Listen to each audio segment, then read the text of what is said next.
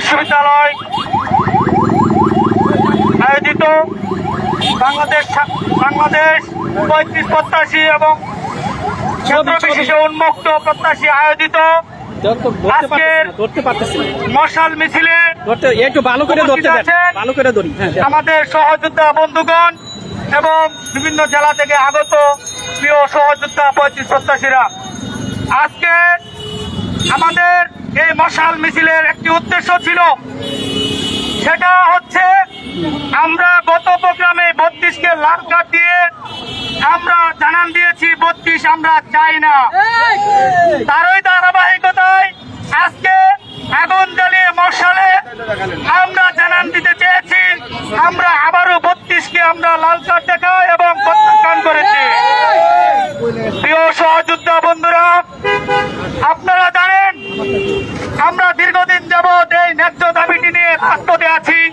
রাজপথে আমরা শান্তিপূর্ণভাবে আন্দোলন করে আসছি। বর্তমান সরকারের কাছে আমরা চেয়েছি চাকরিতে আবেদনের বয়স সীমা ন্যূনতম 35 করতে হবে এবং ক্ষেত্র বিশেষে উন্মুক্ত করতে হবে। যেই সেক্টরগুলোতে উন্মুক্ত করা প্রয়োজন সেই সেক্টরগুলোতে উন্মুক্ত করে দিতে হবে। এটা হচ্ছে আমাদের বার্তা। প্রিয় বন্ধুরা, প্রিয় দেশবাসী, আপনারা জানেন আমাদের সকল ছাত্র ছাত্রীদের চাওয়া পাওয়াকে ডিনাই করে আমাদের ন্যায্য অধিকার থেকে বঞ্চিত করে বর্তমান সরকার 32-এর রহস্যময় প্রজ্ঞাপন জারি করেছে। এই প্রজ্ঞাপনকে আমরা ঘৃণার সাথে প্রত্যাখ্যান করতে করেছি। তাই আবারও বলে দিতে চাই, বর্তমান সরকারকে বলতে চাই, আপনারা সংস্কারের জন্য এসেছেন, আপনাদেরকে আমরা ক্ষমতায় নিয়ে এসেছি ছাত্র জনতার বিপ্লবের মাধ্যমে। আমরা রাজপথে ছিলাম, আমরা আমাদের অধিকারের জন্য আজও রাজপথে বেছে নিয়েছি। আমরা শান্তিপূর্ণ অবস্থানে আজকেও এখানে দাঁড়িয়ে আছি।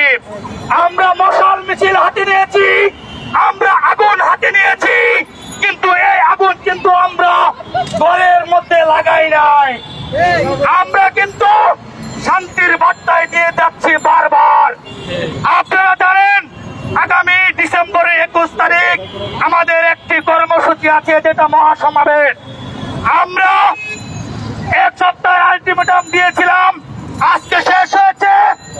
আমরা আজকের এই মশাল মিছিলের মাধ্যমে এই সরকারকে আবারও স্পষ্ট বার্তা দিতে চাই, যদি আগামী 21 তারিখের মধ্যে আমাদের এই 35কে বাস্তবায়ন করা না হয়, আমরা কিন্তু মহাসমাবেশ করবই করব।